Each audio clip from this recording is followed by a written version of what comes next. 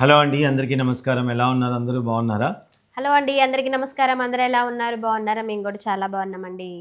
So మా family గురించి, మా గురించి ప్రతి క్షణం ఆలోచించకపోయినా మీకున్న కొద్ది టైంలో మా వ్లాగ్స్ చూస్తున్న ప్రతి ఒక్కరికి పేరు పేరున థ్యాంక్ యూ అండి. అండ్ ఈరోజు వీడియోలో మీకు మాకు అనిపించిన విషయాలు, అలాగే మీకు కొన్ని విషయాలు తెలియాల్సి ఉండదు, వాటి గురించి కూడా చెప్తున్నాను.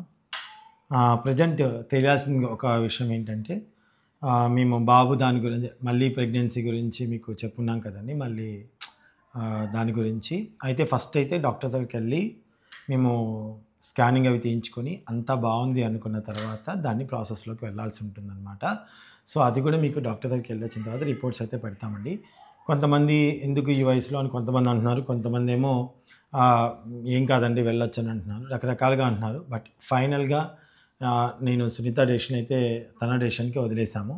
తన ఇష్టాన్ని ఎప్పుడైనా సరే నేను గౌరవిస్తాను, ఖచ్చితంగా గౌరవిస్తానండి. తనకున్న తన యొక్క నిర్ణయాన్ని మనం ఖచ్చితంగా నేను గౌరవిస్తాను. అఫ్కోర్స్ కొంతమంది రిస్క్ ఎందుకు అని అంటున్నారు, అది తన ఇష్టం, తను ఏమంటుంది అనేది తన ఇష్టం.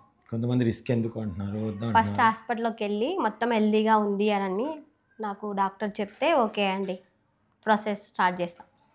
అంటే అది కూడా మేము జనరల్గా అయితే ప్రజెంట్ అయితే మాత్రాన జనరల్కే వెళ్దాం అంటే రీఆపరేషన్ చేయించుకొని దాని ప్రకారమే వెళ్ళాలని అయితే అనుకున్నామండి. సో ఎందుకంటే వేరే దానికి వెళ్ళాలనుకోవట్లేదు. జనరల్గా భగవంతుని బాగా మొక్కుకొని వచ్చాము. జనరల్గా ఆయన ఎలా ఇవ్వాలనుకుంటున్నాడో అలానే ఇవ్వాలని చెప్పేసి మేమైతే గట్టిగా మొక్కుకొని అయితే వచ్చాము. అండ్ ఇంకొక డౌట్ మళ్ళీ చెప్తున్నానండి, కొడుకు ఎక్కువ కూతురు తక్కువ అని అసలు ఎప్పుడూ లేదు మా దృష్టిలో. మాకిద్దరూ సమానమే. కాకపోతే మా సునీత అనేది ఏంటంటే, నాకు అమ్మ నాన్న లేరు, నాకంటూ ఒక పుట్టిల్లు లేదు. సో కాకపోతే తమ్ముళ్ళు అన్నలు చూస్తారని కూడా కాదు, కానీ ఎప్పుడో అప్పుడు ఒక హోప్, నా తమ్ముడు ఉన్నాడనో నా అన్న ఉన్నాడనో పిలుస్తారు ఆడపిల్లల్ని అని. ఆడపిల్లలు కూడా తమ్ముని పిలవాలి, ఆదుకోవాలి, తమ్ముడు అన్నను ఆడుకోవాలి, అన్న చెల్లిని ఆదుకోవాలి, చెల్లి అన్నను ఆదుకోవాలి కదా.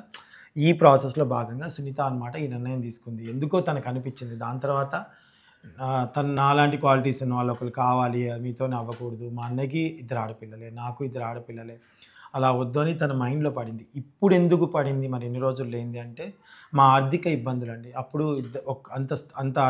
అంతగా కొంచెం నేను ఆర్థికంగా అంతగా లేను. ఇప్పుడు ఆర్థికంగా నా ఫ్యామిలీని చూసుకో విధంగా ఉండగలిగాము. అంటే నేను ఇప్పుడు జాబ్ చేసుకుంటూ, యూట్యూబ్ చేసుకుంటూ, జాబ్ అంటే మీకు తెలుసండి, ముకుందా జ్యువెలర్స్లో చేస్తున్నాను. అలాగే నాకంటూ వైటీ డిజిటల్ మార్కెటింగ్ కూడా ఉంది, మార్కెటింగ్ కూడా చేసుకుంటాను నేను.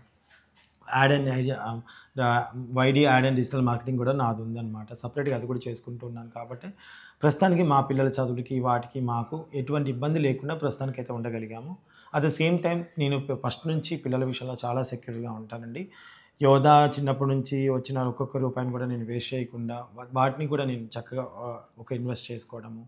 అలాగే నా దగ్గర నుంచి యూట్యూబ్ నుంచి వచ్చే మనీ కూడా, యూట్యూబ్ నుంచి కూడా లక్షలు ఏం రావండి.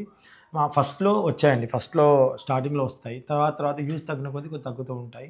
ఇదేంటంటే అలవాటు అయిపోయాం కాబట్టి దీంట్లో కంటిన్యూస్ పెడతాము. కావాలంటే మీరు యూట్యూబ్ పెట్టుకున్నా మీకు ఒక అవగాహన వస్తుంది. కాబట్టి వచ్చిన వాటిని మనం కొంచెం దాచుకొని చక్కగా వాటిని నేను ప్లాన్గా వేసుకుంటూ ఒక ప్లాన్గా తీసుకొని వెళ్తానండి.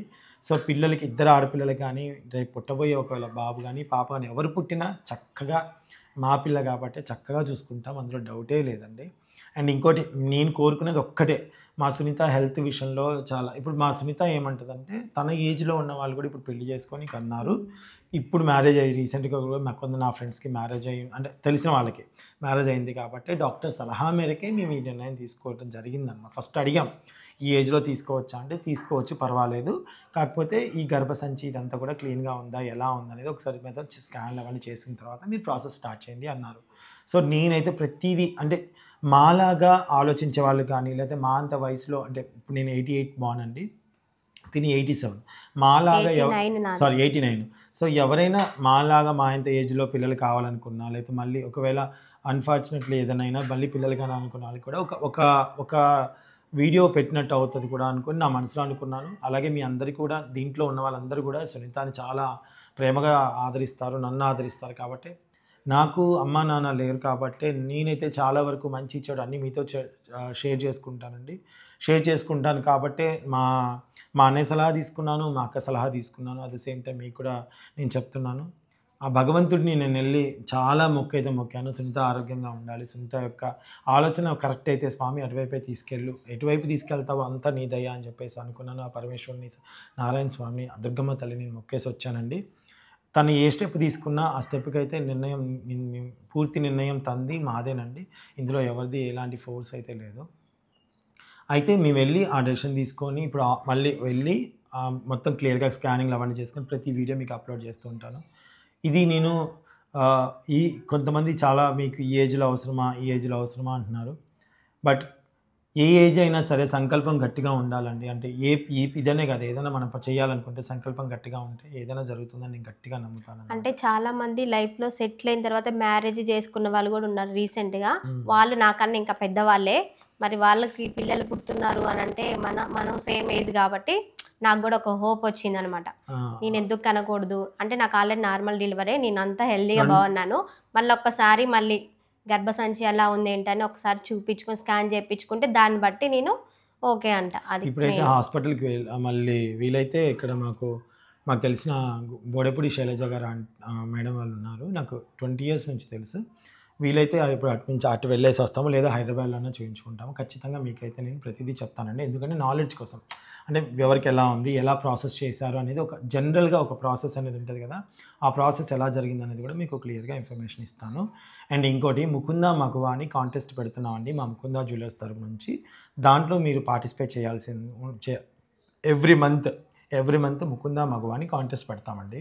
ఆ ముకుందలో ఒక 10 మంది ఆడవాళ్ళని సెలెక్ట్ చేసి ఆ 10 మంది ఆడవాళ్ళకి మేము ఒక గేమ్ లాంటివి కానీ సరదాగా చిన్న చిట్ చాట్ లాంటిది అని పెట్టి దాంట్లో మళ్ళీ చిట్టీలు వేసి ఒక విన్నర్ని ఎంపిక చేసి వాళ్ళకి ప్రథమ బహుమతి, మిగతా 9 మందికి కన్సలేషన్ బహుమతి ఇవ్వదలుచుకున్నాము. ఇందులో మీరు పార్టిసిపేషన్ చేయాలి అనుకుంటే మీరు చేయాల్సిందల్లా వీడియోని షేర్ చేయాలి. అలాగే మీరు ముకుంద ఖమ్మం, ముకుంద కొత్తపేట్, ముకుంద ప్లస్, ఓకేనా, Mukunda jewellers plus Instagram pages ఉంటాయండి. ముకుంద ఖమ్మం, ముకుంద కొత్తపేట, ముకుంద జ్యువెలర్స్ ప్లస్ అని ఇన్స్టాగ్రామ్ పేజ్ని ఫాలో చేసి కామెంట్ పెట్టండి, అన్నయ్య మేము ఫాలో చేసామని. అందులో ఉన్న వాళ్ళ నేమ్స్ మీరు రాసుకొని దాంట్లోంచి 10 మందిని సెలెక్ట్ చేస్తాం. ఇది ఒక్కరోజుతో అయిపోదండి. ఎవ్రీ మంత్ ఈ కాంటెస్ట్ని అయితే రన్ చేయబోతున్నాం అనమాట. సో తప్పకుండా ఈ కాంటెస్ట్లో పార్టిసిపేట్ చేస్తామని కోరుకుంటున్నాను. అండ్ ముకుంద జ్యువెలర్స్లో పెడుతున్నారు కాబట్టి బంగారం గిఫ్ట్గా ఇస్తారా, సిల్వర్ గిఫ్ట్గా ఇస్తారా, ఇలాంటివి లేదండి. ఏదైనా గిఫ్ట్గా రావచ్చు. సో గిఫ్ట్లు అనేది మన గిఫ్ట్ లాగే ఉంటుంది, దాన్ని ముందుగా అనౌన్స్ చేయము. సో అంటే ఇది చాలా సరదాగా సాగుతుంది అనమాట. మీరందరూ కూడా పార్టిసిపేట్ చేయాలని మనస్ఫూర్తిగా కోరుతున్నాను. ముకుంద మగువ మర్చిపోకండి. ఇన్స్టాగ్రామ్ పేజ్ యొక్క లింక్స్ కూడా నేను డిస్క్రిప్షన్లో ఇస్తాను. Khammam, Mukunda jewellers Kothapeta, Mukunda jewellers plus ఈ 3 ఇన్స్టాగ్రామ్ పేజెస్ ఇవ్వండి. అలాగే ఈ వీడియోని తప్పకుండా మీ ఫ్రెండ్స్ అండ్ ఫ్యామిలీకి షేర్ చేయండి. సరేనా అండి? Thank you so much and all the best Sunitha. Thank you. So మొండేనండి ఎంతైనా. చాలా పూజలు చేసింది, నిన్న అలసిపోయేదాకా చేసిందనమాట. నాకు ఆమెను చూసి అసలు వద్దు అన్నా కానీ తన యొక్క మొండితనం అలా వచ్చేసింది. సో కాబట్టి ఆ భగవంతుడి దయ చాలా మొక్కులైతే మొక్కుని వచ్చేసింది. అంతా దీవించండి. తప్పకుండా సునీత ఆరోగ్యంగా మంచిగా ఉండాలని దీవించండి, అంతా బాగుండాలని మనస్ఫూర్తిగా దీవించండి. ఓకేనండి. అలాగే మీ అందరినీ కూడా కలిసే ప్రయత్నం చేయాలని మా మధు కూడా అన్నాడనమాట. సో ఎవరైతే సబ్స్క్రైబర్స్ ఉన్నారో, అలాగే ఎవరైతే కొత్తగా మమ్మల్ని కలవాలనుకుంటున్నారో, ఎవరికైతే యూట్యూబ్ గురించి కొన్ని డౌట్స్ ఉన్నాయో వాళ్ళందరినీ కలవాలనుకుంటున్నారు. సో దానికి సంబంధించింది. అలాగే YDTV ట్రెండింగ్లో మేము షార్ట్ వీడియోస్, షార్ట్ ఫిల్మ్స్ చేస్తాను కదండి. దాంట్లో కొత్త వాళ్ళ కోసం ఆడిషన్ పెట్టాలనుకున్నాము. ఆర్టిస్టులకి ఆడిషన్ ప్లేస్ కూడా మేము సెలెక్ట్ చేసామన్నమాట. ఖమ్మంలో ఒక దగ్గర సెలెక్ట్ చేసాము. అది మీకు మధు ఛానల్లో మీకు అనౌన్స్మెంట్ చేస్తాడు మధు. సో అంటే మొత్తం మధునే చూసుకుంటున్నాడు కాబట్టి మధు అనౌన్స్మెంట్ చేస్తాడండి. మన మాపల్లె వంటలో కానీ జబర్దస్త్ దీవెన ఛానల్లో కానీ అనౌన్స్మెంట్ ఉంటుంది. కొత్త ఆర్టిస్టుల కోసం మేము ఏదో చిన్న హెల్ప్ చేయాలనుకుంటున్నాము. దాంట్లో కూడా మీరు ఖచ్చితంగా కాంటెస్ట్లో పార్టిసిపేట్ చేయాలని మనస్ఫూర్తిగా కోరుకుంటున్నానండి. Thank you so much. ఈ 3 విషయాలు తెలియజేసినందుకు చాలా సంతోషంగా ఉంది.